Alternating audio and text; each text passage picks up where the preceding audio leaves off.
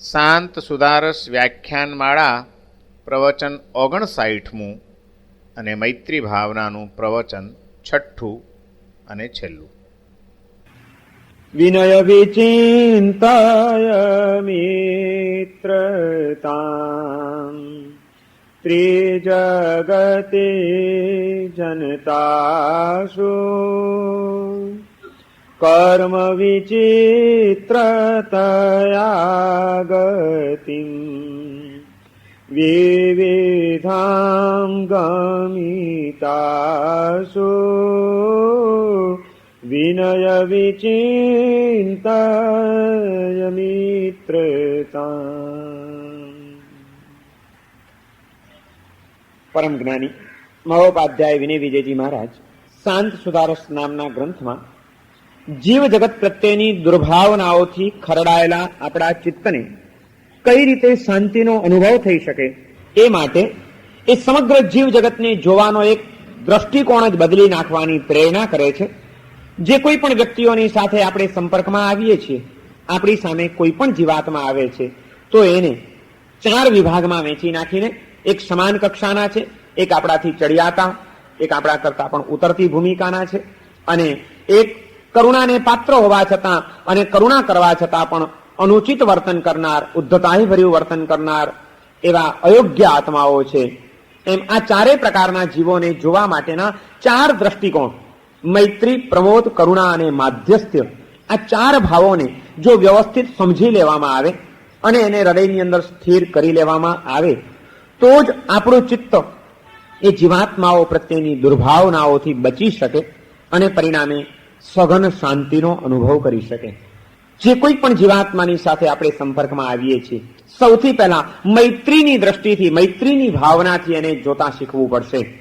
એની અંદર રહેલું એક જે ચૈતન્ય છે, આત્મતત્વ છે, એ આત્મતત્વને કેન્દ્રમાં રાખીને દર્શન કરો અને જ્યાં પોતાની જેવો જ આત્મા એમાં દેખાશે એટલે તરત જ સ્નેહનો પરિણામ પ્રગટશે. જ્યાં સ્નેહનો પરિણામ પ્રગટે છે ત્યાં આગળ એના હિતનો વિચાર આવે છે અને બીજાનું હિત એ જ આત્મા કરી શકે છે જે સહન કરવા માટે તૈયાર હોય છે અને સમર્પણ કરવા પોતાના સુખનું તૈયાર હોય છે. સ્નેહમાંથી હિતનો વિચાર જન્મે અને સ્નેહ આ 2 ભૂમિકાઓને ઉત્પન્ન કર્યા વિના રહેતો નથી. જ્યાં પ્રેમ હોય છે, જ્યાં આપણને સ્નેહ હોય છે ત્યાં આગળ એની ખાતર આપણે કંઈક ને કંઈક સહન કરવા માટે તૈયાર થતા હોઈએ છીએ અને એના સુખ ખાતર, એના હિત ખાતર આપણે આપણા સુખનો અને આપણા સ્વાર્થનો ભોગ આપવા માટે પણ તૈયાર થઈ જતા હોઈએ છીએ. એટલે સાચો પ્રેમ જો પ્રગટી જાય જીવાત્માઓ પ્રત્યે અને એના કારણે બીજાના હિતનો વિચાર જો પ્રબળ બનતો જાય તો સહજપણે આપણામાં સહિષ્ણુતા અને સમર્પણ આ બંને તત્વો આવ્યા વિના રહે નહીં. અને જ્યાં સુધી સહન કરવાની આપણી કંઈ તૈયારી નથી, નાની નાની બાબતોની અંદર પણ જો આપણે અકળાઈ જ જવું હશે, એને આપણે સહન કરવા માટે તૈયાર નહીં બની શકીએ તો આ સંસારની અંદર ક્યાંય પણ શાંતિથી જીવી શકાય એવું નથી. ઘરમાં પણ નહીં જીવી શકો, સમાજમાં પણ નહીં જીવી શકો, સંઘમાં પણ નહીં જીવી શકો, તો પછી દેશમાં કે વિશ્વમાં તો જીવવાની વાત જ ક્યાં રહી.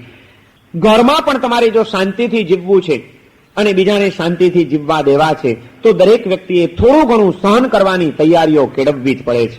આપણી ઈચ્છાઓ મુજબ, આપણી અપેક્ષાઓ મુજબ, આપણી પ્રકૃતિ મુજબ જ બધું ચાલ્યા કરે, બધા એ રીતે વર્તે, બધા એ રીતે વિચારે, બધાની પ્રકૃતિ આપણને અનુકૂળ થઈને જ રહે, એ આ સંસારમાં ક્યાંય શક્ય નથી.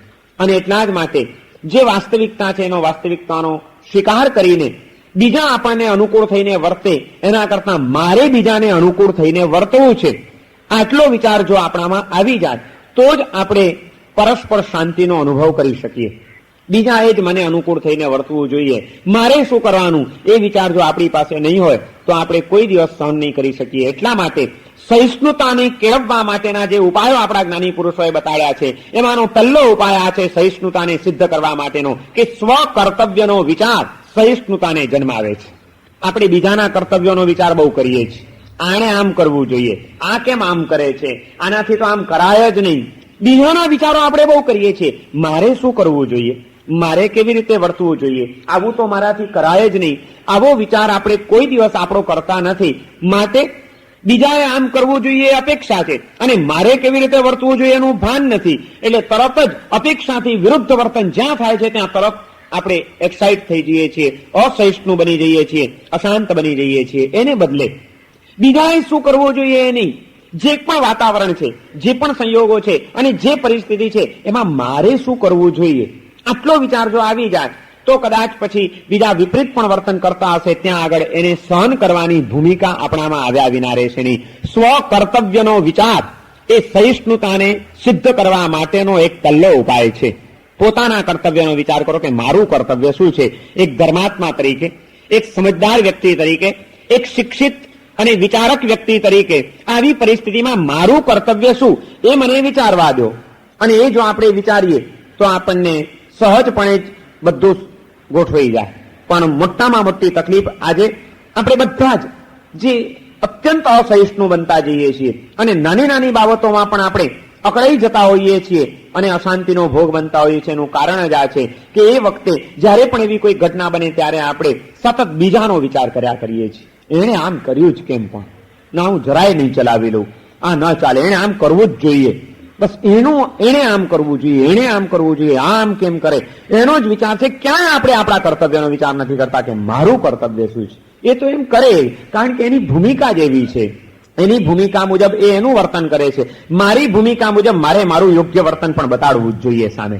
ત્યાં આગળ આ વિચાર આવશે તો સામાની ખામીઓ, ત્રુટીઓ, ભૂલો એ બધાને સહન કરવાની ભૂમિકા સહજપણે આવી જશે. અને કોઈ પણ વ્યક્તિ હોય આ સંસારની, એનામાં ખામી તો રહેવાની જ, ત્રુટીઓ તો રહેવાની જ, કામ કરશે એની ભૂલ પણ ક્યારેક થવાની જ. પણ આપણે જો માત્ર બીજાની ખામીઓ જોયા કરવી હશે, ત્રુટીઓનો જ વિચાર કરવો હશે, એ ક્યાં ભૂલે છે એ જ કાપીને બેસવું હશે અને એની ભૂલ પ્રત્યે આપણે અસહિષ્ણુ બનીને જો જીવવાનું હશે તો ક્યારેય પણ આપણે આપણા વૈયક્તિક જીવનમાં, કૌટુંબિક જીવનમાં, સામાજિક જીવનમાં ક્યાંય આપણે સફળ નહીં બની શકીએ અને એ બધાની વચ્ચે આપણે શાંતિથી જીવી પણ નહીં શકીએ. ડગલે ને પગલે સંઘર્ષો થવાના જ છે જો આ જ ભૂમિકા આપણે કેળવેલી રાખશું તો. એને બદલે સામેની વ્યક્તિને, એના સંયોગોને, એની પરિસ્થિતિને સમજવાની ભૂમિકા કેળવો અને એ સમજણમાંથી પોતાના કર્તવ્યનો વિચાર આવશે ત્યાં સહિષ્ણુતા આવી જશે. સમજદારી અને સ્વકર્તવ્યનો વિચાર એ સહિષ્ણુતાને પ્રગટાવ્યા વિના રહેતો નથી. આપણામાં સમજદારી નથી હોતી કે સામા માણસે કેવા સંયોગોમાં આમ કર્યું હશે, એની પાછળ એનું કયું પરિબળ કામ કરી જતું હશે. આમ તો આવું એ કરે નહીં, છતાં આવું એને આમ કર્યું તો શું કારણ હશે, એને સમજવાનો આપણે પ્રયત્ન જ નથી કરતા. અને જેમ એને આમ કર્યું તો ત્યાં આગળ મારી ક્યાં ભૂલ થઈ છે અથવા તો મારું શું કર્તવ્ય હતું, મારે કેવી રીતે વર્તવું જોઈએ, એ આપણે આપણા સ્વકર્તવ્યનો પણ કોઈ વિચાર નથી કરતા. માટે સંઘર્ષ જન્મે છે, મનમાં એક અથડામણ ઊભી થઈ જાય છે. એને બદલે જે ખરેખર વિચારક છે, જે ધર્મ ક્ષેત્રમાં આવે છે, એને તો સતત પહેલા પોતાનો વિચાર કરવો જોઈએ. બીજા મને અનુકૂળ થઈને વર્તે એવી અપેક્ષા રાખવાનો અધિકાર મને ત્યારે જ છે જ્યારે હું સૌને અનુકૂળ થઈને વર્તતો હોઉં. મારે કોઈને અનુકૂળ થઈને વર્તવું નથી, મારે બીજાનો કોઈનો વિચાર કરવો નથી અને બીજા બધા મારો વિચાર કરે એવી અપેક્ષા રાખવાનો મને કોણે અધિકાર આપ્યો? એ અધિકાર પછી મળે છે. પહેલા તમે એ રીતનું વર્તન કરો કે તમે સૌનો વિચાર કરો, પહેલા સૌને અનુકૂળ થવા માટે તમે પ્રયત્ન કરો, પછી કદાચ તમે બીજા પાસેથી અપેક્ષા રાખો તો બરોબર છે. આપણે તો કોઈને અનુકૂળ થવું નથી, આપણે માત્ર આપણો સ્વાર્થ જોવો છે, આપણે માત્ર આપણી સગવડો જોવી છે, આપણે માત્ર આપણી જ અપેક્ષાઓને પૂર્ણ કરવી છે અને બીજાઓ પાસેથી અપેક્ષા રાખવી છે તો ક્યારેય પણ પૂર્ણ નહીં થઈ શકે અને એ અપેક્ષાઓ અથડામણો જન્માવ્યા વિના રહેશે નહીં. મારું કર્તવ્ય શું છે, બસ આ એક જ વિચાર બહુ મહત્વનો વિચાર છે. એક સજ્જન એકવાર ચાલ્યા જતા હતા રસ્તા ઉપરથી, કોઈક પેલાની કોઈકની સાથેની દુશ્મનાવટ હશે અને એવો કોઈક એનો એક વિરોધી માણસ એ પણ રસ્તામાં એને ભટકાઈ ગયો અને આને જોતાની સાથે એને એકદમ ગુસ્સો ચડ્યો. હાથમાં લાકડી હતી એટલે પાછળ જઈને જોરથી આને લાકડી મારીને ભાગવા ગયો, પણ ઉતાવળમાં ભાગ્યો એટલામાં એના હાથમાંથી લાકડી પડી ગઈ ને પેલો તો મારીને ભાગતો જ જાય. એટલે એને ભાગતો જોયો, તરત જ આ માણસ જેને લાકડી પડી હતી, જેને માર ખાધો હતો, એ માણસ પેલાની પડી ગયેલી લાકડી એ વળીને ઉપાડે અને પેલાની પાછળ દોડે છે અને બૂમ મારે છે કે એ ભાઈ આ તમે પડી ગઈ લાકડી તો લેતા જાઓ. ત્યારે આની સાથે આનો એક મિત્ર હતો, એ મિત્ર તું તો કઈ ગાંડો છે કે શું? પેલો માણસ એક તો ગાણે રસ્તામાં તું મળ્યો તને જીબી નાખે છે, એક તો લાકડી મારે છે, એનો પ્રતિકાર કરવાનો તો ઘેર ગયો, પછી વળી પાછો તું એને લાકડી આપવા માટે દોડે છે, એને એમ કે છે કે તારી લાકડી લેતો જા. આ તે તારી સહનશીલતાનો પણ અતિરેક છે તારો. પેલો સજ્જન એને જવાબ આપે છે એના મિત્રને કે ભાઈ જંગલમાંથી પસાર થતો હતો, થાળી ચાલીને વિસામો ખાવા માટે એક ઝાડની નીચે વિસામો ખાતો, એટલામાં ઝાડ ઉપરથી એક પાકી ગયેલી સડી ગયેલી એક ડાળી તૂટી અને મારા માથા ઉપર જ પડી અને મને વાગ્યું. પણ તે દિવસે મેં ઉભા થઈને ઝાડને ગાળો નહોતી દીધી. એ દિવસે હું ઝાડને લાકડી લઈને મારવા માટે નહોતો દોડ્યો, કારણ કે ડાળી પડવી એ ઝાડની પ્રકૃતિ છે, એની પ્રકૃતિ છે કે પડે. પણ તે વખતે મેં એનો પ્રતિકાર નહોતો કર્યો કે હું એને મારવા નહોતો દોડ્યો. તો પછી આજે જેમ ઝાડે મને કે કોક દિવસ લાકડી મારી હતી તો એનો મેં પ્રતિકાર નહોતો કર્યો, આજે આ માણસે મને લાકડી મારી, એમાં મારે એનો શા માટે પ્રતિકાર કરવો જોઈએ? જેમ ઝાડની પ્રકૃતિ જ છે કે પરિપક્વ થાય એટલે પડે, એમ માણસની પ્રકૃતિ છે કે આવેશમાં હોય ત્યારે આવું કરે. તો એની પ્રકૃતિ, તો મારે મારી પ્રકૃતિ શા માટે છોડવી જોઈએ? જ્યારે પણ આવું થાય છે ત્યારે હું એનો વિચાર નથી કરતો, હું મારા કર્તવ્યનો વિચાર કરું છું કે એને એનું કર્તવ્ય, ક્રોધી માણસનું કર્તવ્ય છે કે અસભ્ય શબ્દો બોલે, મારઝોડ કરે, આવું બધું ક્રોધી માણસની પ્રકૃતિ છે. તો વિચારક આત્માની, ધર્માત્માની, શિક્ષિત માણસની એ પ્રકૃતિ છે કે આવે વખતે પણ એ પોતાના મનને સ્વસ્થ રાખે, સમાધાન કરી લે, એ મારી પ્રકૃતિ છે. તો એ માણસે એની પ્રકૃતિ નથી છોડી, તો મારે મારી પ્રકૃતિ શા માટે છોડવી જોઈએ? માત્ર એક વિચારવાનો દ્રષ્ટિકોણ છે, અભિગમ છે. જે ઘટના બની છે તો બની જ છે, એની વચ્ચે ચિત્તની સ્વસ્થતા રાખવી છે. તો એને માટેનો પહેલો ઉપાય આ છે કે તમે સ્વ કર્તવ્યનો વિચાર કરો કે મારું કર્તવ્ય શું છે આમાં. અને એ માણસે આમ કર્યું એમાં પણ એનો દોષ નથી, એની પાછળ પણ કોઈક પરિબળ કામ કરી રહ્યું છે. વિનય વિજયજી મહારાજ અહીંયા આગળ મૈત્રી ભાવનાની વિવેચન કરતા એ વાત બતાવી છે કે કર્મ વિચિત્રતયા ગતિમ વિવિધામ ગમિતાસુ વિનય વિચિંતય મિત્રતામ. હે વિનય પોતાના આત્માને ઉદ્દેશીને પ્રેરણા કરે છે કે હે વિનય, તું હંમેશા મિત્રતાનો જ વિચાર કરજે, કોઈ પણ વ્યક્તિને મિત્ર તરીકે જોવાનો અભ્યાસ કરજે. ક્યારે કે જ્યારે એ વિપરીત વર્તન કરતો હોય કોઈ જીવ, ત્યારે કેવી રીતે એને મિત્ર સમજવાના ને તે વખતે એની પ્રત્યે દુર્ભાવના ન થાય, તે વખતે અસહિષ્ણુતા ના આવી જાય, એ માટે શું કરવાનું પણ એ આવે કેવી રીતે? તો એનો જવાબ આપે છે કે કર્મ વિચિત્રતયા ગતિમ વિવિધામ ગમિતાસુ. વિવિધ પરિસ્થિતિઓને આધીન થયેલા એવા જે જીવો, વિષમતાની વચ્ચે મુકાયેલા એવા જીવો, એની પ્રત્યે પણ તું મૈત્રી કેળવજે. કેમ? તો કે એની કર્મની વિચિત્રતાનો વિચાર કરીને કે હકીકતમાં આ આત્મા એક ચૈતન્ય સ્વરૂપી આત્મા છે, પરમાત્માનો એક અંશ જેનામાં પડેલો છે એવો પરમાત્મા આત્મા છે. એવો આત્મા ક્યારે પણ આવું એ મને ગાળ આપે નહીં, એ મને મારે નહીં, સાથે આવું અસભ્યતાભર્યું વર્તન કરે નહીં, છતાં એને કર્યું. કેમ કર્યું? અત્યારે બાજી એના હાથમાં નથી, બોલ બહાર છે. કારણ કે કોઈક ઉદય એનો એવો અત્યારે વિષમ ચાલી રહ્યો છે કે બિચારો પરાધીન છે, અને પરાધીનતામાં આવીને કદાચ તો એની ઉપર ગુસ્સે થવાનું ન હોય. દીકરો આજ સુધી, ગઈકાલ સુધી ડાયો હતો, પણ માની લો કે એનો કોઈક એવો કર્મનો ઉદય જાગ્યો અને આજે તમારો જે વાલ સોયો વિનયી, વિવેકી, બુદ્ધિશાળી, ડાયો દીકરો કદાચ ગાંડો થઈ ગયો, પાગલ બની ગયો છે. અને ગાંડો થયેલો દીકરો હવે ઘરમાં આવીને ધમાલ કરે છે, તમારી સામે ચાળા પાડે છે, તમને કદાચ આમ લાફો મારી દે છે. તો એવા ગાંડા દીકરાને જોઈને તમે શું કહો? તમે એને લાફો મારશો સામે, કે તમને ઉલટો એની પ્રત્યે વધુ લાગણી? ગઈકાલ સુધી કેટલો ડાયો હતો, કેટલો વિનય અને વિવેકી છે આમ, પણ હવે એની ઉપર ગુસ્સો કરવાનો અર્થ નથી, કારણ કે એનો કંટ્રોલ થઈ ગયો છે. ગાંડા થયેલા માણસ ઉપર કોઈ દિવસ ગુસ્સો કરાય નહીં. ગમે એમ કર્મને પનારે પડીને ગાંડા બનેલા આવેશમાં કદાચ વિચિત્ર વર્તન કરે તો એની પ્રત્યે ડાયાથી આવેશ જેવાની સાથે તેવા થઈએ તો ગામ વચ્ચે દુનિયાનો ન્યાય ભલે હોય, જેવના શાસન, ધર્મ શાસન તો એ છે કે ના જેવાની આપણાથી ન થવાય, એરો થયો એટલે આપણાથી ગાવાય. એ આવેશ કરે છે, માટે આપણે પણ આવેશ ન કરાય. તે વખતે એની પ્રત્યે આપણી સહિષ્ણુતા ટકી રહે એ માટે વિચાર કરવાનો છે કે હકીકતમાં તો એ ચૈતન્ય સ્વરૂપી આ છે, તો આવું ઉચિત વર્તન કરે નહીં. આજે એના હાથની વાતથી એ થઈ છે, કોઈ જોરદાર એના કર્મનો ઉડાલી રહ્યો છે, ક્રોધ કર્મ ઉદયના માણસ અત્યારે આવેશમાં ધમધમી રહ્યો છે, અને આવું વર્તન જ્યારે પાગલ હોય, પોતાના કંટ્રોલમાં ન હોય, ત્યારે કંઈ પણ કરે એની ઉપર આપણાથી ગુસ્સો ન કરાય. એની કોઈ પણ વાતને બહુ જાજી મગજ ઉપર ન લેવાય, પરંતુ એ કેમ ડાયો થઈ જાય, કેમ પાછો સ્વસ્થ થઈ જાય, એ માટેનો જ વિચાર એ આવું કરે છે. તે વખતે એની સામે પકડાવા પ્રેમની જરૂર છે, વધુ હૂંફની જરૂર છે, વધુ લાગણીની જરૂર છે. એક ડાયો છે તમારા ઘરમાં, મેન્ટલી થોડો નબળો છે કે ગાંડો છે, તો વધુ ધ્યાન તમે કોનું, વધુ કોને આપો, વધુ સંભાળ કોની લો? જ્ઞાની પુરુષો કહે છે કે સંસારની અંદરના જીવ વધુ પ્રેમને પાત્ર તો એ છે કે જેની કર્મની પસંદ બનેલી છે અને એના કારણે બિચારો અશાંતિનો ભોગ બનેલો છે. એ વધુ આત્મીયતાથી સમજવાનો પ્રયત્ન કરો, એને સંભાળી લે. અણગમાના અંગારા વેરીને વધુ દજાડતા નહીં.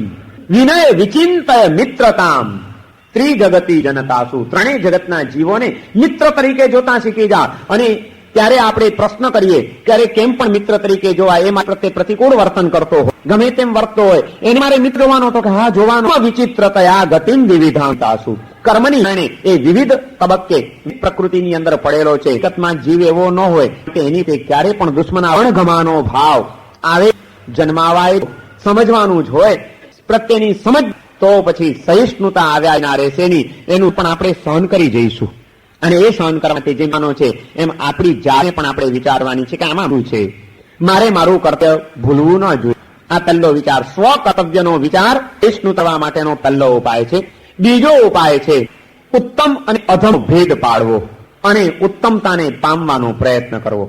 સંસારની અંદર જીવન જીવીએ છીએ તો ઘણા બધા એવા જીવો પણ ભટકાવાના કે જે કદાચ અધમતાની અવધિ દેખાડનારા હોય, ગમે તેવું વિચિત્ર વર્તન કરનારા હોય.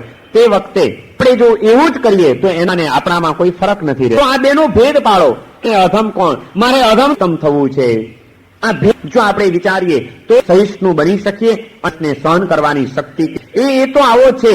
પણ જો એવું જ કરું તો એનામાં કોઈ ફરક રહેતો નથી. અને અનુચિત વર્તન, આવેશપૂર્ણ હલકો આત્મા હોય તો એ કરે, એવું કરી મારી હલકાઈને સાબિત કરવી નથી. સોક્રેટિસ નો જાણીતો ફિલોસોફર, જ્ઞાની, એના વિરોધીઓ હતા. સૌ કોઈ ના હોઈ શકે છે. તત્વજ્ઞાની બને છે અને સત્યની વાત છે ત્યારે કદાચ એ સત્ય અસહ્ય હોય છે અને માટે એના વિરોધીઓ પણ વધતા હોય છે. સોક્રેટિસના પણ કેટલાક વિરોધીઓ હતા. એક વખત સોક્રેટિસ ચાહકોની સાથે બેઠા છે અને ફિલોસોફીની વાતો ચાલી રહી છે. એટલામાં એને જેમ તેમ સોક્રેટિસનું અપમાન કરવા આવ્યો. એને બેફામ ખૂબ ગાળો દીધી. છતાં સોક્રેટિસ મોઢું હસતું રાખતા નથી, એને કઈ જવાબ આપતા નથી. અને પેલો બોલી બોલીને થાક્યો એટલે તરત જ પોતાના એક ભક્તને કહે છે કે ભાઈ જરા એને પાણી પાવ. થાક્યો હશે બોલી બોલીને, એને હવે જરૂર નહીં, પાણી પાય છે. એના ચાહકોને એમ થયું અમારા ગુરુનું આવું અપમાન, અને તે છતાં ગુરુ કઈ એનો પ્રતિકાર નથી કરતા, એને કઈ જવાબ નથી આપતા. આ તે કઈ જાતનો સ્વભાવ એમનો. એટલે તરત જ એને પૂછે છે કે સાહેબ, આ તમે આટલું જેમ બેફામ બકવાટ કર્યો અને તે છતાં તમે સાંભળે જ રાખ્યું, તમે એને જવાબ ન દીધો. અમને થતું હતું કે સામે 4 ગાળ દઈ દઈએ.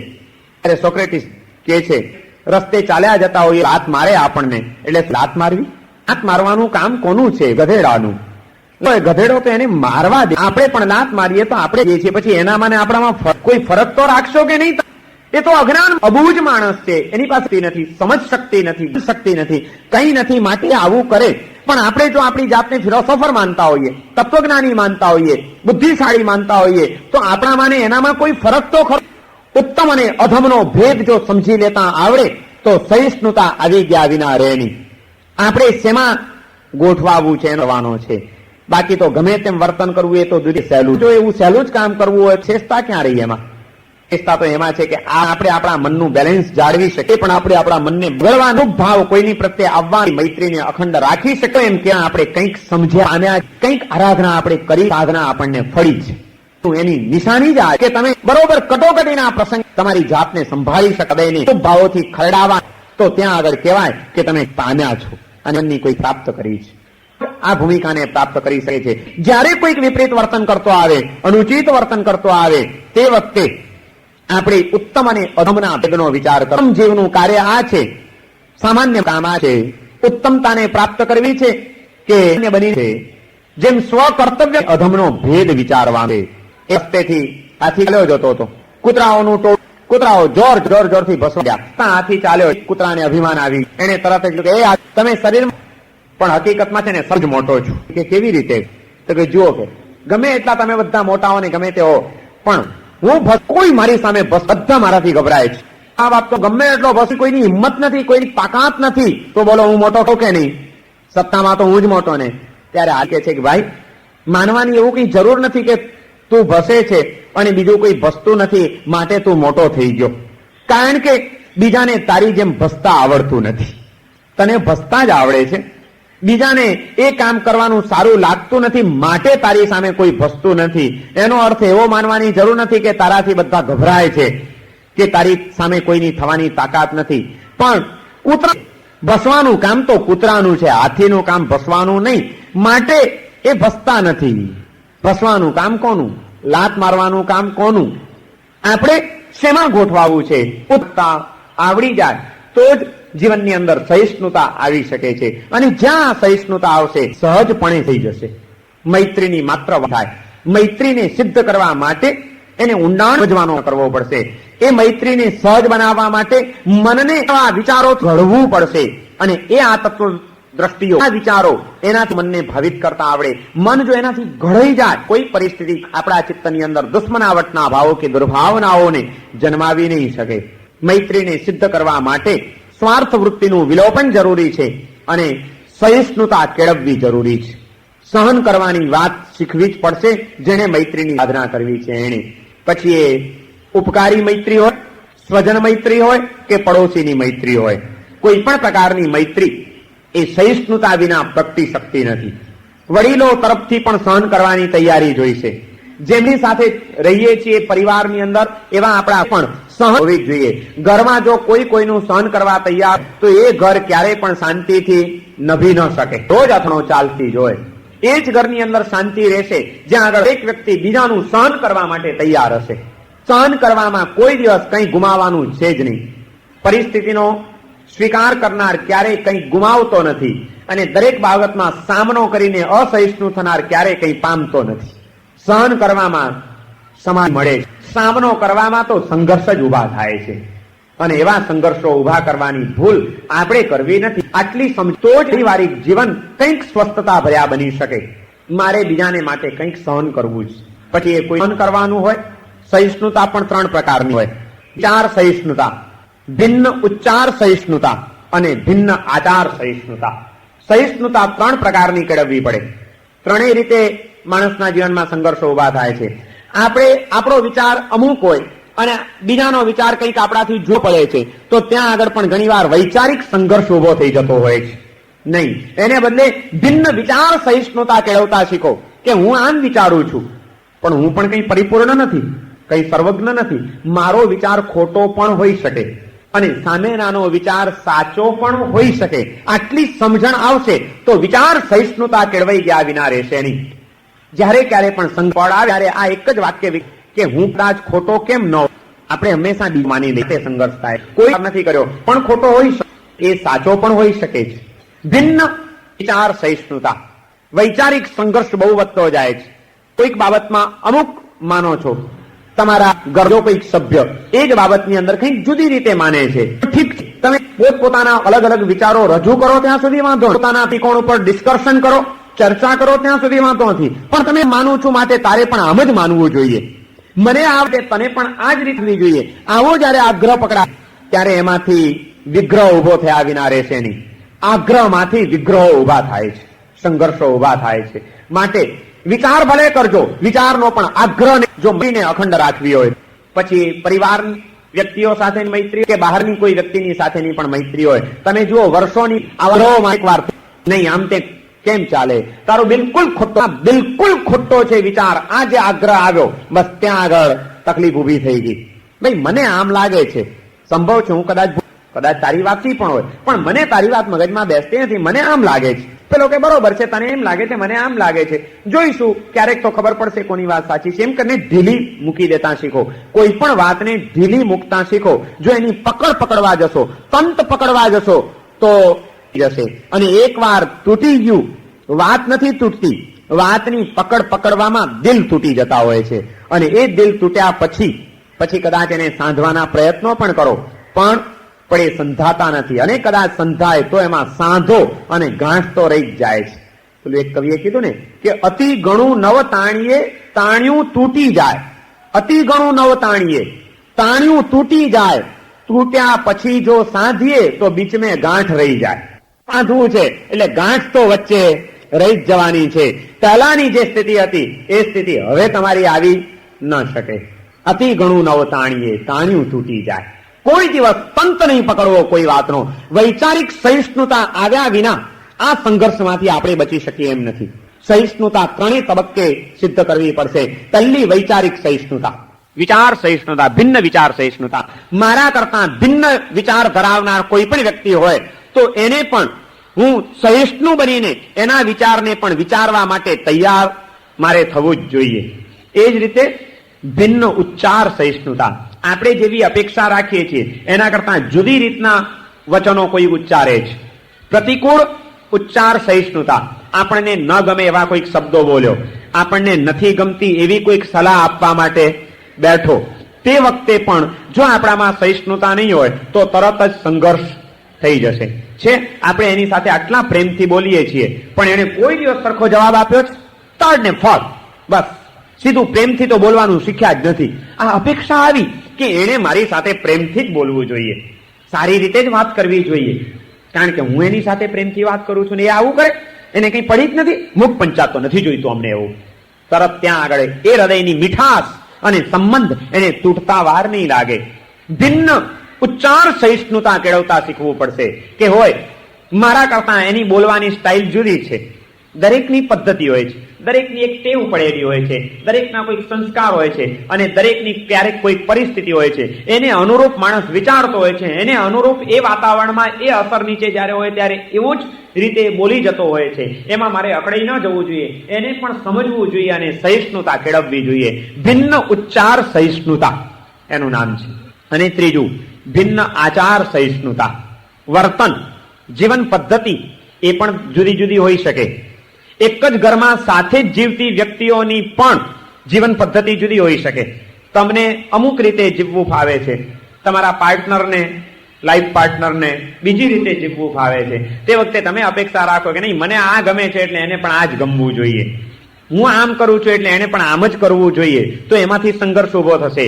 એના કરતા નહીં, ભલે ને આપણે સાથે જીવીએ છીએ એનો અર્થ એ નથી કે મને જે ભાવે એ જ એને ભાવવું જોઈએ. તમને ભીંડા ભાવે એટલે જરૂરી છે કે એને પણ ભીંડા જ ભાવવા જોઈએ? અરે તમને ભીંડા ભાવે છે, તમે ભીંડા ખાઓ ને એને કારેલા ભાવે છે તો એ કારેલા ખાય. એની વળી લડાઈ હોય, એનો વળી સંઘર્ષ હોય. પણ આપણે તો આવી નાની નાની બાબતોની અંદર સંઘર્ષો આપણા જીવનની અંદર ઉભા થઈ જતા હોય છે. એ કેમ આમ વર્તે, પણ આમ ન ચાલે, બસ ન ચાલે, ત્યાં વાત પતી ગઈ. પછી અશાંતિ ધીમે ધીમે એવી વધતી જાય, અંતર વધતું જ જાય. ભિન્ન આચાર સહિષ્ણુતા કેળવતા શીખવું પડે કે દરેકની પ્રકૃતિ જે રીતે હોય છે, દરેકનું વર્ષો સુધી ઘડતર જે રીતે થયેલું હોય છે, દરેક માણસ જે રીતે ટેવાયેલો હોય છે એ રીતે એ વર્તે. હું અમુક રીતે ટેવાયેલો છું તો મને અમુક રીતે ફાવે છે, એ અમુક રીતે ટેવાયેલા હોય તો એને અમુક રીતે ફાવે. એ કઈ બહુ મોટી વાત નથી. તો એને માટે આપણે કોઈ જીવનમાં સંઘર્ષ ઉભો કરવો, અશાંતિ ઉભી કરવી કઈ જરૂરી નથી. એમને એમની રીતે જીવવા દો, મને મારી રીતે જીવવા દો. દરેકને સ્વતંત્ર જીવવાનો અધિકાર છે. આનો સ્વીકાર કરીને જો સહિષ્ણુ બનીએ, આપણને નથી ફાવતી એવી જીવન પદ્ધતિ બીજા કદાચ અપનાવી રહ્યા છે એને માટે, તો એને પણ આપણે સહન કરતા શીખવું પડે. ભિન્ન આચાર સહિષ્ણુતા, આ ત્રણ પ્રકારની સહિષ્ણુતા જો આવી જાય, વિચાર સહિષ્ણુતા, ઉચ્ચાર સહિષ્ણુતા અને આચાર સહિષ્ણુતા, આપણી અપેક્ષા કરતા જુદા પ્રકારની. અને એ સહિષ્ણુતા કેળવવા માટે સ્વ કર્તવ્યનો વિચાર કરવાનો, બીજાના કર્તવ્યનો વિચાર નહીં કરવાનો. એ મને અનુકૂળ થઈ શકે એમ નથી, કઈ વાંધો નહીં, ચાલો હું એને અનુકૂળ થઈને વર્તીશ. ભારે વાતાવરણને પણ જો સમજદાર અને ડાયો માણસ હોય તો એને હળવું બનાવી શકે. એક દિવસ બાપ દીકરાની વચ્ચે સખત ઝઘડો થઈ ગયો, એટલી સખત બોલાચાલી થઈ ગઈ. રોજ સાથે જમતા હોય પણ આજે દીકરાનું મગજ ફાટ્યું હતું એકદમ, અને જેમ તેમ બોલ્યો. અને એમાં જમવાનો ટાઈમ થયો એટલે દીકરાએ કીધું હું આજે પપ્પા તમારી સાથે નથી બેસવાનો જમવા માટે, હું તમારી સાથે નહીં જમું. ત્યારે એના બાપે એકદમ શાંતિથી કીધું કઈ વાંધો નહીં બેટા, એમાં શું કામ અકળાય છે, તું મારી સાથે નહીં બેસે ને જમવા, કઈ વાંધો નહીં, ચાલ હું તારી સાથે બેસીશ. સાથે બેસીને જમવું છે. તું કહે છે કે હું તારી સાથે નહીં બેસું, ખુશીથી નહીં બેસતો, તું નહીં બેસતો, હું તારી સાથે બેસીશ, બસ પછી કઈ વાંધો છે. પેલો શું બોલે દીકરો? પણ હવે પેલો જયારે ધમધમાટ કરતો હોય દીકરો થઈને બાપની સામે, ત્યારે બાપ માત્ર આટલી જ વાત કરે, ઠંડે કલેજે. પેલાને ઠંડા થયા વિના ચાલે જ નહીં. વાતને ભારે બનાવવાની ભૂલ ન કરો. કોઈ પણ વાતને કેમ હળવી કરતા શીખો તો જીવન શાંતિથી જીવી શકાશે.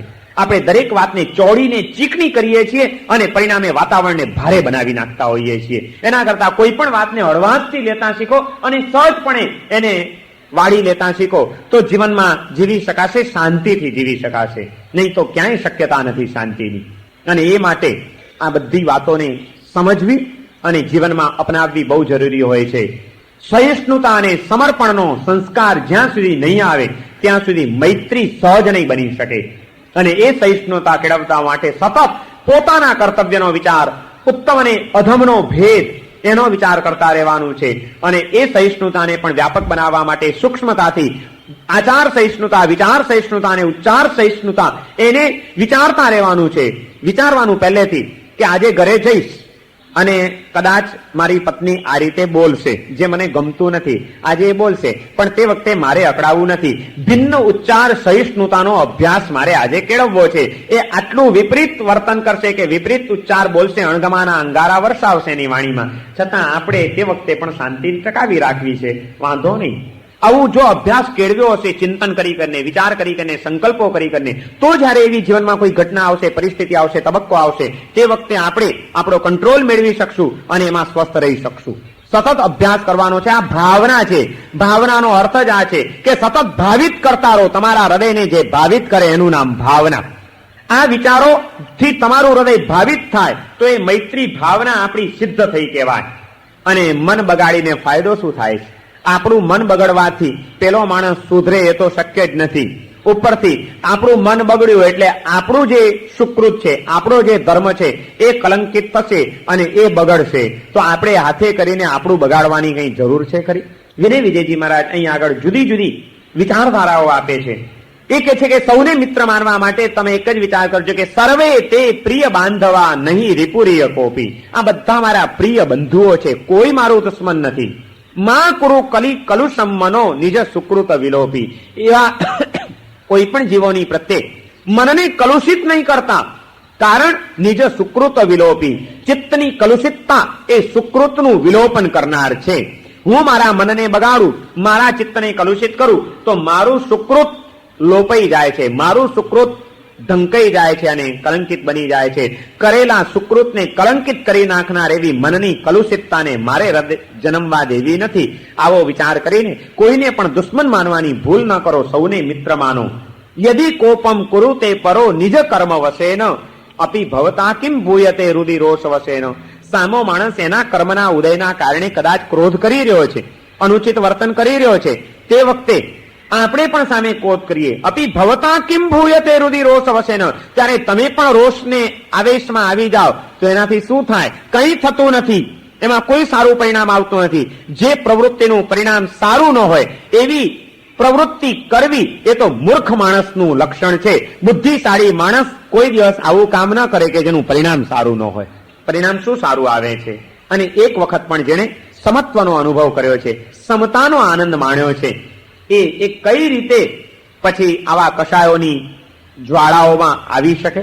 એક વખત પણ સમત્વનો અનુભવ કરો. વિપરીત સંયોગોની વચ્ચે પણ મનને પ્રસન્ન રાખતા, મનને સ્વસ્થ રાખતા અને બીજાની પ્રત્યે સંવેદનાથી ભીનું ભીનું બનાવતા શીખી લો. અને એનો જે આનંદ છે, એની જે મજા છે, એની જે મસ્તી છે એ માણો. પછી ખબર પડશે કે હાથે કરીને આપણે આપણા જીવનમાં આ આનંદ અને આ મસ્તી કેવી ગુમાવીને કેટલું મોટું નુકસાન વરી રહ્યા છીએ. નાની નાની વાતોમાં કસાયો કરીને, અશાંત બનીને. અને કોને દુશ્મન માનવા? પણ કદાચ કોઈક વ્યક્તિ આજે ગમે તેવું વર્તન કરે છે, એને દુશ્મન કેમ માની શકાય? કારણ કે અનાદિકાળની અંદર સંસારની અંદર પરિભ્રમણ કરતા આપણા જીવાત્માએ અનેક જન્મોની અંદર અનેક જીવોની સાથે સંબંધો બાંધ્યા છે. કોઈ જીવ એવો નથી કે જન્મ જન્માંતરમાં એની સાથે કોઈક નિકટના સ્વજન બનીને આપણે રહ્યા ન હોઈએ. અને એ રીતે જન્મ જન્માંતરની દ્રષ્ટિએ વિચારીએ તો સૌ કોઈ આપણા સ્વજનો જ છે. કોઈને પણ દુશ્મન માનવાની ભૂલ જ ક્યાં કરાય? આ ભવના નહીં તો ભવાંતરના, પણ સૌ કોઈ આપણા સ્વજન છે. ક્યારેક આપણે એની સાથે એકદમ મૈત્રી ભર્યા, સ્નેહ ભર્યા, સૌજન્ય ભર્યા અને પ્રેમ ભર્યા વ્યવહારો કર્યા છે. માત્ર ભાવ પલટો થયો છે, એમાં આપણા ભાવનો પલટો કરવાની શું જરૂર છે? ભાવ પલટા થાય તો થવા દો, ભાવ પલટા નહીં થવા દેતા. મૈત્રીના ભાવને પલટાવા નહીં દેતા, પ્રેમના ભાવને પલટાવા નહીં દેતા. ભલે ને ભાવ પલટો થઈ જાય, એક ભાવમાંથી બીજા ભાવમાં ચાલ્યો જાય, આત્માએ સ્થાન બદલ્યું છે. આત્માઓ એના એ છે કે જે આત્માને એક વખત મેં હૃદયથી ચાહ્યા હતા, છાતીએ વળગાડ્યા હતા, પ્રેમથી હૈયામાં પધરાવ્યા હતા. એ જ આ આત્માઓ છે. આજે ભલે કદાચ બીજા કોઈ કુટુંબમાં ગયા હોય, બીજા કોઈ સ્થાનમાં ગયા હોય, પણ આત્માઓ તો એ જ છે. તો જેને એકવાર હૃદયથી ચાહ્યા છે એને હવે હું કેમ ધિક્કારી શકું? આ વિચાર કોઈ પણ જીવની પ્રત્યે દુર્ભાવનાને કે દુશ્મનાવટના સંસ્કારને ટકવા નહીં દે. જન્મ જન્માંતરની દ્રષ્ટિએ સૌ કોઈ મારા કુટુંબીઓ જ છે, સ્વજનો જ છે. આ વિચાર જન્માવો તો પણ આપણી મૈત્રી અખંડ બની જશે. પછી કોઈની પ્રત્યે દુર્ભાવના નહીં જન્મે. અને જન્મ જન્માંતરની દ્રષ્ટિએ કુટુંબીનો જેમ વિચાર કરવાનો છે, એમ અંતે તો દરેક આત્મા એ પરમાત્માનો એક અંશ છે અને પરમાત્મા ભાવને પામનાર છે. એવા પરમાત્મા ભવિષ્યની દ્રષ્ટિએ વિચારીએ. જેમ સ્થળનું ફરક પડ્યો. કોક જન્મની અંદર તમે જ્યાં હતા ત્યાં જ આ જીવ હતો. આજે સ્થળાંતર થઈ ગયું, તમે અહીં છો ને એ જીવ કદાચ બીજે ચાલ્યો ગયો છે. આત્મા એનો એ છે, સ્થળનો ફરક પડ્યો છે. એમ આ આત્માઓ એના એ રહેવાના છે, માત્ર કાળનો ફરક પડવાનો છે. અને સ્થળ અને કાળ એ તો હંમેશા બદલાતા રહે છે. બદલાતા જતા એવા સ્થળ અને કાળને પ્રાધાન્ય આપીને જીવો સાથેના ભાવોને મારે બદલાવા નથી દેવા. પરંતુ સ્થળ અને કાળ ભલે બદલાઈ જાય, પણ એ જીવો પ્રત્યેના મારા હૃદયના સ્વભાવોને મારે અખંડ બનાવી રાખવા છે. એ વિચાર આપણી મૈત્રીને દ્રઢ બનાવી દે છે. કારણ કે આજે અહીં છીએ, કદાચ કેટલાક કાળ પછી આ આત્મા એક એવી જગ્યાએ હશે કે જ્યાં આગળ મારો અને એનો આત્મા એક જ્યોતની અંદર બીજી જ્યોત જેમ સમય જાય વિલીન થઈને રહેવાનું છે. તો આખરે તો પરમાત્માનો અંશ છે અને પરમાત્મા અવસ્થાને પ્રાપ્ત કરનાર એવા કોઈ પણ આત્માની પ્રત્યે અણગમો કરવો, એવા કોઈ પણ આત્માની પ્રત્યે તિરસ્કાર કેળવવો, એવા કોઈ પણ આત્માની આસાધના કરવી એ પરમાત્મા તત્વની આસાધના છે. અને એટલા માટે પણ મારે કોઈ પણ જીવની પ્રત્યે મારા મનને બગડવા નથી દેવું. આ વિચાર પણ મૈત્રીને સહજપણે સિદ્ધ કરી આપશે. આ જે કંઈ બધા ભેદભાવો આપણે ઉભા કર્યા છે એ વચ્ચે થોડાક ટાઈમ માટેના છે. બાકી આપણી આદિ અને અંત એમાં કોઈ ફરક નથી. સૂક્ષ્મ નિગોદમાં પડ્યા હતા ત્યારે અનંત જીવોની સાથે આપણે રહ્યા છીએ અનંતકાળ સુધી. અને મોક્ષમાં જઈશું ત્યાં પણ અનંત જીવોની સાથે અનંત કાળ માટે રહેવાનું છે. આપણી આદિ પણ અનંતની સાથે છે અને આપણો અંત પણ અનંતની સાથે છે. વચ્ચે થોડાક ટાઈમનો આ સમય છે, એમાં નક્કામાં ભેદભાવો બધા ઉભા કરીને આપણે આપણા જીવનને કેટલું બધું કલુષિત બનાવી નાખીએ છીએ. આદિ અને અંતનો વિચાર કરો કે નિગોદમાં હતા, સૂક્ષ્મ નિગોદમાં, ત્યારે ક્યાં હતા અને કેટલા જીવોની સાથે રહેતા હતા એક સાથે. અને છેવટે સિદ્ધશિલામાં જશું ત્યારે પણ એ અનંત આત્માઓની સાથે જ રહેવાનું છે, આ જ આત્માઓની સાથે. તો ત્યાં જો શાંતિથી રહેવાનું છે આખરે, તો આજે જ અહીંથી શાંતિથી રહેવાનો અભ્યાસ કેમ ન કેળવવો? પ્રેમથી રહેવાનો અભ્યાસ કેમ ન કેળવવો? મૈત્રીને સહજ બનાવવાનો અભ્યાસ કેમ ન કેળવવો?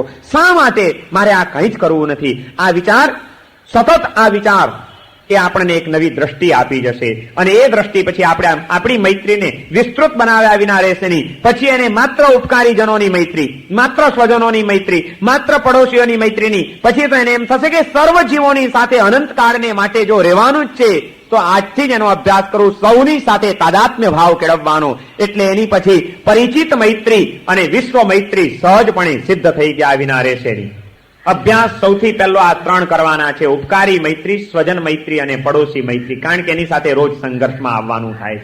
પછી પરિચિત મૈત્રી, જે દૂરના કંઈક પરિચિતો છે એની પ્રત્યે આપણે કોઈ એનું અહિત થાય એવું વિચાર ન કરીએ, એનું અહિત થાય એવું વર્તન ન કરીએ. અને છેવટે વિશ્વના સર્વ જીવો, સર્વના હિતનો વિચાર આપણા હૃદયની અંદર પ્રબળ બની જાય. ત્યારે બનશે કે જ્યારે આપણને આ સત્ય સમજાશે કે મારે સર્વ જીવોની સાથે અનંતકાળને માટે એક રૂપ થઈને રહેવાનું છે. જ્યોતમાં જ્યોત વિલીન થઈ જશે અને ઐક્ય કેળવાઈ જશે એવી અવસ્થામાં અનંતકાળ મારે આ જીવોની સાથે પસાર કરવાનો છે. તો આજે પણ એ જીવોની સાથે હળી મળીને એક થઈને રહેવાનું હું કેમ ન શીખું? અને એ વિચાર બીજાના હિતના વિચારને એટલો બધો પ્રબળ બનાવશે કે આજે પણ આપણા જીવનમાં એ વિશ્વ મૈત્રી પછી સહજપણે સિદ્ધ થતી જશે. મૈત્રીની સાધના એ જો આ રીતે વ્યાપક બનાવવામાં આવે તો જ છેવટે ઉચ્ચ ભૂમિકાએ પહોંચી શકાય છે. સ્વજન મૈત્રી તો સિદ્ધ થઈ. પડોશી મૈત્રી કેવી રીતે સિદ્ધ કરવાની? પડોશીને આપણા પ્રત્યે અણગમો થાય કે આપણને પડોશી પ્રત્યે અણગમો થાય એવું કોઈ વર્તન આપણે કરવું નથી. આટલી સાવધાની સાથે પડોશીની સાથે જીવો તો તમારી પડોશીની મૈત્રી સિદ્ધ થઈ કહેવાય. અને પડોશીની મૈત્રીને સિદ્ધ કરવા માટે કોઈ દિવસ એને તકલીફરૂપ ન થવાય એનો ખ્યાલ રાખવાનો છે. ઘરના કચરા એના આંગણામાં નહીં નાખવા, ગમે ત્યારે એની વસ્તુઓ માંગ નહીં કરવી. આ મૈત્રી એ પ્રેક્ટિકલ લાઈફની અંદર કેટલી બધી ઉપયોગી છે કે તમારો વ્યવહાર, તમારા સંબંધો એ સ્વસ્થતા ભર્યા અને સુંદર બની રહે એ માટે પણ આ બધું ખૂબ જરૂરી હોય છે કે એને તકલીફરૂપ થવા એવું કોઈ વર્તન મારે નથી કરવું. પડોશીની નિંદા ક્યારે પણ નહીં કરવી. કેવો પડોશી જોઈએ? પડોશીના હિતનો વિચાર કરો. પડોશમાં કોણ રહે છે અને એની શું સ્થિતિ છે, એના ઘરમાં આજે શું તકલીફ છે એનો ખ્યાલ ખરો આપણને. માણસ સ્વાર્થી એટલો બધો બની ગયો છે કે બાજુવાળાનો પણ એને ખ્યાલ નથી. પછી એને વિશ્વ મૈત્રીની વાતો તો ક્યાં કરી શકાય? અને ઉપરથી બીજાની સાથે સારી રીતે રહેશે પણ નજીક વાળાની સાથે તો હા આપણી તકલીફ એ છે જેની સાથે કઈ લાગતું વળગતું નથી એવા બધાની સાથે આપણે બહુ પ્રેમથી રહી શકીએ છીએ, કોઈની પંચાયત નહીં કરીએ, પણ જેની સાથે રોજ સાથે જીવવાનું છે એવાઓની ખણખોદ કર્યા વિના નહીં રહીએ. સૌથી પહેલા કોનું કાપો? ઘરના માણસોનું. એકવાર એક સાસુ દેરાસર ગઈ. સાસુ દેરાસર ગયા ત્યાં આગળ એમના એક બીજા બેનપણી બીજા એક સાસુ મળી ગયા. બે ડોશીઓ ભેગી થઈ એટલે તરત જ પેલી સાસુએ કીધું કે કાંતાબેન, કાલે તો હું બજારમાં ગઈ હતી ને ત્યાં તમારા વહુ મળ્યા હતા, બહુ તમારા વખાણ કરતા હતા. પેલા કાંતાબેન કે ન હોય, મારી વહુ ન હોય, બીજું કોઈ મળ્યું હશે તમને. સાસુને વિશ્વાસ નથી કે મારી વહુ મારા વખાણ કરે. એ કે ના, મારી વહુ નહીં હોય, બીજું કોક હશે. કે કેવી રીતે જીવતા હશે તમે કલ્પના તો કરો. ઘરનો માણસ ઘરના માણસની પ્રશંસા કરે એ વાત ઘરનો માણસ માનવા તૈયાર નથી. કારણ કે સૌથી પહેલો સંઘર્ષ આપણો ત્યાંનો જ હોય છે. પછીની આપણી લડાઈ પડોશી સાથેની હોય છે, ઝઘડા પડોશીની સાથે કરવાના. હા, ઉત્તરાયણ આવે ને ત્યારે જોયું છે આકાશમાં પતંગ ચગાવે લોકો. પતંગ જે ચગાવતા હોય છે, ચગાવવા કરતા પતંગ કાપવાનો આનંદ વધારે હોય છે માણસોને. અને કોકની કાપે એટલે ખુશ થાય એકદમ. પણ તમને ખબર છે પતંગ ચગાવનારાઓ કાપે કોની? પેડર રોડ ઉપર ના કોઈક બિલ્ડિંગની અગાસીમાં ચડેલો છોકરો પતંગ ચગાવતો હશે, એ કોનો પતંગ કાપશે? ચોપાટી વાળાનો. આ બિલ્ડિંગ વાળો બાજુની બિલ્ડિંગ વાળાનો જ કાપશે. એ દૂરનાનો કોઈનો કાપવા નહીં જાય. માટુંગા વાળો અહીં મહાલક્ષ્મી વાળાનો પતંગ કાપવા નહીં આવે અને મહાલક્ષ્મી વાળો વરલી વાળાનો પતંગ કાપવા નહીં જાય. કાપવાનું હંમેશા બાજુ વાળાનું જ થાય અને એમાં પાછો આનંદ આવે. કોઈ દિવસ તમને પતંગ ચગાવતા વિચાર આવ્યો હતો? પતંગ જોતા જોતા અગાસીમાં ચડીને કે આમાં એક ફિલોસોફી પડી છે, પતંગ ચગાવવામાં એ ફિલોસોફી પડી છે કે હંમેશા બાજુનાનું જ આપણે કાપતા હોઈએ છીએ અને બાજુનાનું કાપીને એમાં આનંદ માણતા હોઈએ છીએ. આ આપણી કઈ જાતની વૃત્તિઓ છે? મૈત્રી કે છે કે સ્વજન મૈત્રી અને પડોશી મૈત્રીને પહેલી સિદ્ધ કરો. કારણ કે આપણે પહેલા આપણા ઘરનું કાપવા માટે બેસતા હોઈએ છીએ. પડોશી માટે કોઈ દિવસ સારું બોલ્યા છીએ? એક પડોશી એને ઘર બદલવાનું નક્કી કર્યું. એક ભાઈએ બાજુમાં ફ્લેટ હશે, ઘર બદલવાનું નક્કી કર્યું, બધું ફાઇનલ થઈ ગયું, આવતીકાલે જવાનું છે. એટલે જવાના આગલા દિવસે બંને પડોશીઓ ભેગા થઈ ગયા. તરત જ પેલા કે છે કે અમે તો કાલે હવે જઈએ છીએ, હવે અમને સારો પડોશી મળશે. પેલો જનારો કે છે કે હવે અમે જઈએ છીએ કાલે, અમને હવે સારા પડોશી મળશે. ત્યારે પેલો કે છે કે હા, અમને પણ સારા પડોશી મળશે. એટલે કે કેમ? કે તમે પણ જાઓ છો, ઘર ખાલી કરો છો? તો કે ના ના, અમે ઘર ખાલી નથી કરવા, પણ તમે જાઓ છો એટલે હવે અહીં બીજું કોક આવશે ને, એટલે તું સારો નહોતો. પેલો કે છે કે અમને સારો પડોશી મળશે, એટલે એમ કે છે કે તું સારા નહોતો. અને પેલો એમ કે છે કે અમને પણ સારો પડોશી મળશે. બંને સાથે રહે છે છતાં બંનેમાંથી એકબીજાને સારો માનવા તૈયાર નથી અને છતાં સાથે રહે છે. આમાં ક્યાં શાંતિ મળી શકે? આમાં ક્યાં સ્નેહ વધી શકે? આમાં ક્યાં એકબીજાને અવસરે ઉપયોગી બનવાની વાત આવી શકે? પડોશી તરીકેનો કોઈ ધર્મ આપણે શીખ્યા છીએ ખરા? કે હું એક પાડોશી છું તો સુખ દુઃખના પ્રસંગોની અંદર સતત મારે એની પડખે ઉભા રહેવું એ મારો ધર્મ છે અને એનો હિતનો વિચાર કરવો, એના સુખ માટે મારે કંઈક કરવું, એ માટે હું કંઈક સહન કરું, એ માટે મારા કોઈક સુખનું અર્પણ કરું, એમાં જ મારો ધર્મ છે. આ વાત આપણને ક્યાં સમજાણી છે? અને જ્યાં સુધી પડોશી સારો પડોશી નહીં બને ત્યાં સુધી આ દુનિયાને કોઈ શ્રેષ્ઠ તત્વો પ્રાપ્ત નહીં થાય. આ પૃથ્વીને શાલીભદ્રની પ્રાપ્તિ થઈ એનું કારણ સારા પડોશી હતા. શાલીભદ્રનો જીવ જ્યારે પૂર્વના ભાવમાં એક ભરવાડનો છોકરો હતો, સંગમ નામનો એક નાનકડો 8 વર્ષનો છોકરો, અને નાનો હતો અને એનો પિતા ગુજરી ગયો છે. એની માં લોકોના વૈતરા કરીને વાસણ માંજીને આજીવિકા ચલાવે છે ને પોતાના દીકરાને ઉછેરીને મોટો કરી રહી છે. એમાં એનો છોકરો આ સંગમ એના મિત્રોની સાથે એક દિવસ રમી રહ્યો છે. કોઈક તહેવારનો દિવસ છે, સૌને ત્યાં આજે ખીર રંધાવાની છે. બધા છોકરા ખુશ છે અને બધા રમતા રમતા પણ વાત કહે છે કે આજે તો આપણને ખીર ખાવા મળશે, આજે તો આપણને ખીર ખાવા મળશે. બધાની આ ખીરની વાત સાંભળી એટલે આ સંગમને મન થયું કે બધાને ત્યાં ખીર, તો મારે ત્યાં ખીર નહીં. એટલે તરત જ દોડતો જાય છે ઘરે જઈને એની માને કહે છે કે માં મારે ખીર ખાવી છે. જ્યાં ખીરનું નામ સાંભળ્યું એટલે એની માં ચોંકી કે બેટા આ તું ક્યાંથી શીખી આવ્યો ખીરની વાત? આપણાથી ખીર ન ખવાય, આપણને તો છાસ પણ માંડ મળે છે પાણી જેવી, ત્યાં વળી ખીર ક્યાંથી ખાવાની? હું દૂધ ક્યાંથી લાવું? ખીર ક્યાંથી બનાવું? બેટા, ખીર તો પૈસાદારના છોકરા ખાય, આપણાથી ખીર ન ખવાય. જા બેટા રમ. ના મમ્મી, મારે ખીર ખાવી છે માં, બસ મને ખીર જોઈએ. એને જીદ પકડી. નાનું 8 વર્ષનું છોકરું, એને શું ખબર હોય કે માં કેવી રીતે ગુજરાન ચલાવે છે, ઘરની શું પરિસ્થિતિ છે, કેમ ખીર મળે, એને કોઈ સમજણ નથી. એને તો મન થયું ને જીદ પકડી કે ના મમ્મી, મારે ખીર ખાવી છે, બસ મને માં ખીર આપ. માં કહે છે બેટા, મેં તને કીધું આપણાથી ખીર ન ખવાય, રોટલા ને છાસ મળે છે એ ભગવાનનો પાડ માન, હું ક્યાંથી તને ખીર ખવડાવું? તોય પેલો માનતો નથી એટલે જીદ પકડી. એટલે માએ એને ધમકાવ્યો, ખબરદાર જો ખીર બોલ્યો જા સીધે સીધો રમતો હોય તો. કીધું ને ખીર નહીં મળે, આપણે ક્યાંથી ખીર લાવીએ? ધમકાવ્યો એટલે છોકરો ગભરાઈ ગયો, રડવા બેઠો. એકનો એક છોકરો જ, બાપ એને મૂકીને ચાલ્યો ગયો છે. ન બાપો, બાપ વગરનો એકનો એક પોતાનો નાનો છોકરો, અને એની જિંદગીમાં આજે પહેલી વાર એને એક સારી ચીજની માંગણી કરી છે, અને એ પણ મામૂલી ચીજની ખીર, અને એ પોતે માં એને દીકરાને ખીર નથી આપી શકતી. છોકરાની એટલી ઈચ્છા એક પૂરી નથી કરી શકતી ને છોકરો રડે છે. એ દીકરાની આંખના આંસુ માના હૃદયને દ્રવિત કરી જાય છે. માં રડવા બેઠી, છોકરો રડે છે ને માં રડે છે. માનું ડુસકું મુકાઈ ગયું. બંનેના રુદનનો અવાજ આજુબાજુમાં પહોંચ્યો. પડોશીઓ ઘણા બધા હતા, ચાલી સિસ્ટમ જોડે જોડે બધા ગરીબ ઘરો જ રહેતા હોય એવાનો પડોશી પણ એવા જ હોય. બેના રડવાનો અવાજ સાંભળ્યો એટલે આજુબાજુમાંથી ભાઈઓ દોડી આવી. બેન, કેમ રડો છો? કે અરે આ મારો છોકરો ક્યારની જીદ લઈને બેઠો છે, બસ મારે ખીર ખાવી છે, ખીર ખાવી છે, હું એને ક્યાંથી ખીર લાવી આપું, સમજતો નથી. એમ કરીને માએ રડતા રડતા વાત કરી. ત્યારે પેલી તરત જ બાઈઓ બધી કે છે પડોસણો કે બેન હશે, રડો નહીં, શાંત થઈ જાઓ. છોકરો છે ને, છોકરાને ક્યારેક મન પણ થાય કોઈક સારી ચીજ ખાવાનું, અને છોકરો કદાચ ક્યારેક માંગણી કરે. છોકરા નહીં માંગે તો બીજું કોણ માંગશે? પણ બેનું ક્યાંથી એને લાવી આપવું? એ માંગે છે પણ વાંધો નહીં, ચિંતા ન કરો, અમે બધા બેઠા છીએ ને. અવસરે પણ જો કામ ન લાગીએ તો અમે પડોશી છે ના. શું બોલો તો? અવસરે પણ કામ ન લાગીએ તો અમે બધા બેઠા છીએ. તરત જ બાઈઓ દોડી, એક પોતાના ઘરેથી દૂધ લઈ આવી, એક પોતાના ઘરેથી ચોખા લઈ આવી, કોઈક પોતાના ઘરેથી ખાંડ લઈ આવી. ઘર ઘરમાંથી એક એક ચીજ આવી, અને એને ત્યાં તે દિવસે ખીર રંધાણી. જે ખીર તૈયાર થયા પછી માં એને એક થાળીમાં કાઢીને આપે છે. બેટા, ગરમ ગરમ છે, લે, જરાક ઠરે પછી ખાજે, હું પાણી ભરવા જાઉં છું. અને માં પછી પાણી ભરવા ગઈ.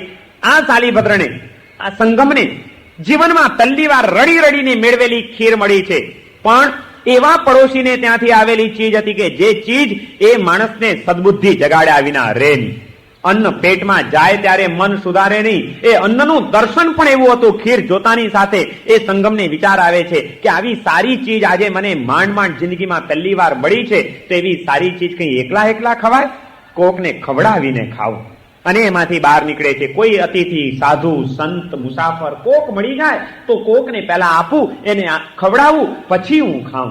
અને એમાંથી એ સંગમ ભરવાડનો એક દીકરો સાલીભદ્ર થાય છે, મગધનો એક મહાન નાગરિક બને છે, અને ભગવાન મહાવીરનો એક પરમ ભક્ત બનીને એ જ ભાવની અંદર પોતાનો આત્મકલ્યાણને પ્રાપ્ત કરી જાય છે. પણ સાલીભદ્ર બન્યા. જો પડોશીઓ એ પડોશી ધર્મ બજાવ્યો ન હોત તો એને ત્યાં ખીર રંધાણી ન હોત. ખીર રંધાણી ન હોત તો મુનિરાજ પધાર્યા ન હોત. એ પધાર્યા ન હોત ને દાન આપ્યું ન હોત તો પુણ્ય બંધાયું ન હોત. એ પુણ્યની અનુમોદના ન કરી હોત તો ભરવાડનો દીકરો ગોભદ્ર શેઠને ત્યાં સાલીભદ્ર તરીકે જન્મ્યો ન હોત. એ જન્મ્યો ન હોત તો મહાવીર એને મળ્યા ન હોત. બધાના મૂળમાં હોય તો એક પડોશીઓનો પડોશી ધર્મ, કે અવસરે પડોશીના હિતમાં આપણે નિમિત્ત બનવું, બીજાના સુખમાં નિમિત્ત બનવું. આ એક નાનકડો ધર્મ પણ ક્યારેક કેટલા અદ્ભુત પરિણામો સર્જી શકે છે. મૈત્રી ભાવના એમ કે છે કે 3જા વર્ષની સાધનામાં તમે પડોશી મૈત્રી સુધી તમારી મૈત્રીને લંબાવો.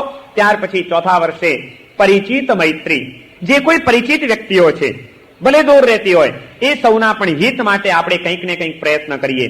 મન, વચન અને કાયાથી એમનું અહિત ન થાય અને એમનું હિત થાય એ માટે સતત સાવધાની ભર્યો પુરુષાર્થ કરવો, એનું નામ છે પરિચિત મૈત્રી. અને એ પણ સિદ્ધ થઈ ગઈ ત્યારે પછી હવે છેલ્લી મૈત્રીની પરાકાષ્ઠા આવે છે કે એમાં ઉપકારી છે કે નહીં એ નહીં જોવાનું, સ્વજન છે કે નહીં એ નહીં જોવાનું, પડોશી છે કે નહીં એ પણ નહીં જોવાનું, ઓળખીતા છે, પરિચિત છે એ પણ નહીં. ગમે તે હોય, એક જીવ છે ને, એનામાં એક આત્મા છે ને, બસ એવા કોઈ પણ આત્માના વિકાસમાં મારે સહયોગી થવું છે. કોઈ પણ જીવના જીવનની અંદર એના હિતની માટે મારે કંઈક નિમિત્ત બનવું છે. સતત કોઈ પણ જીવાત્માના હિતનો વિચાર, સૌના સુખનો વિચાર, અને બીજાના સુખમાં જ પોતાના સુખની ભાવના, એ જ્યારે પ્રબળ બને છે ત્યારે મૈત્રી પરિપૂર્ણ રીતે ખીલી ઉઠે છે, પૂર્ણતાએ પ્રગટી ઉઠે છે. પંચવર્ષીય યોજના બનાવવાની છે. ધીમે ધીમે મૈત્રીને વિસ્તારતા જાઓ, અભ્યાસ કરતા જાઓ, ભાવનાઓથી હૃદયને ભાવિત કરીને મનને કેળવતા જાઓ, અને એ રીતે જો પંચવર્ષીય યોજનાને સક્રિય બનાવીને આપણે મૈત્રીને સિદ્ધ કરી શકીએ, ધીમે ધીમે મૈત્રીને વિસ્તારી શકીએ, તો એ મૈત્રી એક એવો પાયો બની જશે જે આપણા ચિત્તના ધર્મ ધ્યાનને પુષ્ટ કરી નાખશે. ધર્મ ધ્યાનને પુષ્ટ કરવા માટે એનું જો કોઈ રસાયણ હોય તો વિનય વિજયજી મહારાજે આ મૈત્ર્યાદી ભાવોને બતાડ્યા છે. એ મૈત્રી, પ્રમોદ, કરુણા અને માધ્યસ્થ્ય ચારમાં પણ સૌનો પાયો હોય તો તે મૈત્રી છે. મૈત્રી હશે તો જ પ્રમોદ આવશે, કરુણા આવશે અને માધ્યસ્થ્ય આવશે. એ મૈત્રી એને આપણે વિસ્તારથી વિચારી, પોઝિટિવ મૈત્રી અને નેગેટિવ મૈત્રી. પછી બંનેના ત્રણ પ્રકાર: શારીરિક મૈત્રી, વાચિક મૈત્રી, કાયિક મૈત્રી. પછી એ મૈત્રીને સિદ્ધ કરવા માટે સ્વાર્થ વૃત્તિનું વિલોપન કરવું પડે. એટલે મૈત્રીની સાધના કરનાર જીવોના 4 પ્રકાર: સ્વાર્થાંત, સ્વાર્થી, નિસ્વાર્થી અને પરમાર્થી. પછી એવા એ 4 પ્રકારમાંથી નિસ્વાર્થી અને પરમાર્થી બનીને જે મૈત્રીની સાધના કરવાની છે, એ મૈત્રીની સાધના કરવા માટેનો કાર્યક્રમ પંચવર્ષીય: ઉપકારી મૈત્રી, સ્વજન મૈત્રી, પડોશી મૈત્રી, પરિચિત મૈત્રી અને વિશ્વ મૈત્રી. એવી મૈત્રી સિદ્ધ કરવા માટે સ્વાર્થ વૃત્તિનું વિલોપન કરવું પડે અને સહિષ્ણુતાને કેળવવી પડે. એ સહિષ્ણુતા કેળવવા માટે સ્વકર્તવ્યનો વિચાર, ઉત્તમ અને અધમનો ભેદ, આ બધી વિચારધારાઓને અપનાવીએ ત્યારે આ મૈત્રી એકદમ સ્પષ્ટ અને પુષ્ટ થઈ ગયા વિના રહેની. અને મૈત્રી પુષ્ટ થઈ ગઈ તો પછી આગળની ભાવનાઓને સિદ્ધ થતા વાર નહીં લાગે. વિનય વિજયજી મહારાજ અહીંયા આગળ આપણને આ એક જ દ્રષ્ટિ આપે છે કે આખરે જન્મ જન્માંતરની દ્રષ્ટિએ સૌ કોઈની સાથે તમે કોઈક ને કોઈક જન્મમાં સ્વજનપણાના સંબંધોથી જોડાયેલા છો. માટે સૌ તમારા સ્વજનો છે, કોઈને દુશ્મન માનવાની ભૂલ કરતા નહીં. સૌની અંદર પરમાત્માનો અંશ પડેલો છે. એ પરમાત્મા સ્વરૂપનું દર્શન કરીને સૌની સાથે મૈત્રીને કેળવતા જજો. અને આવી મૈત્રી કેળવાઈ જાય તો પછી એમાંથી કેવી રીતે પ્રમોદ, કરુણા અને માધ્યસ્થ્ય પ્રગટે છે. એ પ્રમોદ ભાવનાનો વિસ્તારથી વિચાર, કરુણા ભાવનાનો અને માધ્યસ્થ્ય ભાવનાનો ઘણો બધો વિસ્તારથી વિચાર અહીંયા આગળ આપણે કરવાનો છે. એ અંગેની વિચારણા આવતીકાલથી આપણે શરૂ કરીશું. મૈત્રી ભાવના આજે પૂર્ણ કરવામાં આવે છે. સર્વમંગલમાંગલ્યમ સર્વકલ્યાણકારણમ પ્રધાનમ સર્વધર્માણામ જૈનમ જયતિ શાસનમ.